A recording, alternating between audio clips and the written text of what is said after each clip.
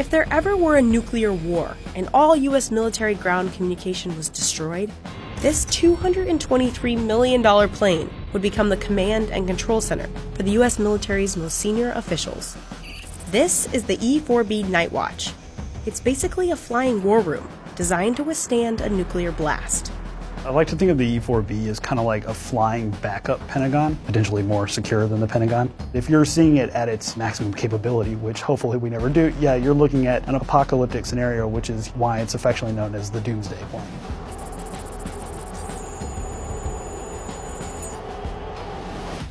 Four E-4Bs make up the National Airborne Operations Center, and the U.S. Air Force is responsible for the operation of all four of them, out of Offutt Air Force Base, near Omaha, Nebraska. The retrofitted Boeing 747s were made for war. Originally designed in 1973, the E-4 series planes were thought to be the best way a president during the Cold War might survive a nuclear explosion. And since their inception, one of the Doomsday planes has stood on alert 24/7. Because we're a 24/7 ops mission, we are not a non-deployable unit due to our proximity to the president and all other key assets at one time. But day-to-day it is highly important because we can assume the role of a primary command center, much like the Pentagon is, much like STRATCOM can be. We can assume that role in the air as well. In the immediate aftermath of a nuclear blast, the President, the Secretary of Defense, and the Joint Chiefs of Staff would all be safe aboard the E-4B. From there, they could order nuclear strikes or execute emergency war orders. And while the majority of the E-4B's capabilities are classified, we do know a few things. The plane has 3 decks and can hold a crew of up to 112 people. With 4 massive engines, the E-4B can fly for 12 hours straight without refueling. But with aerial refueling capabilities, it could theoretically fly for several days. It costs nearly $160,000 per hour to fly the E-4B, making it the most expensive airplane the Air Force operates. And it's built to survive a nuclear blast. To prevent radiation, the windows have a wired mesh, similar to what you'd see on the window of a microwave.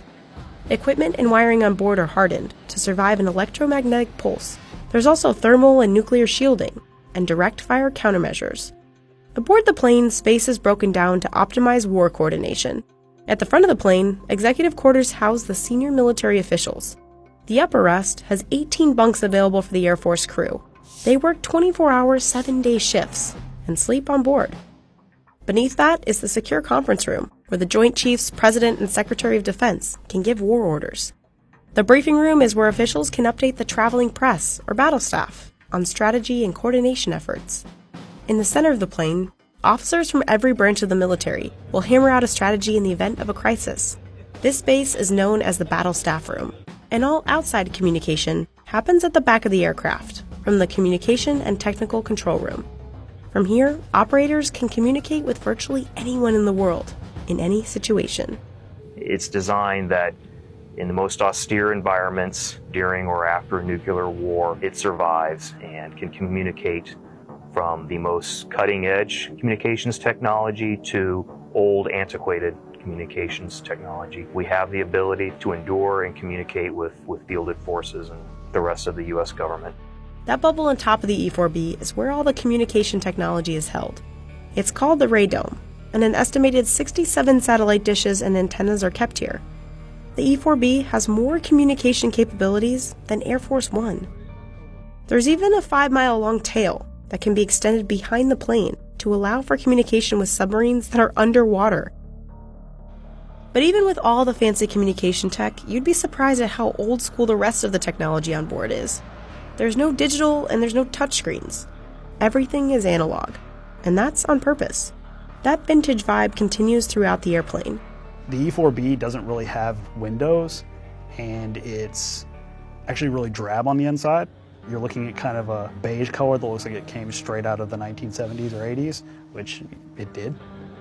The Doomsday plane's utilitarian nature is completely intentional, to keep the focus on the job at hand, preparing for the worst.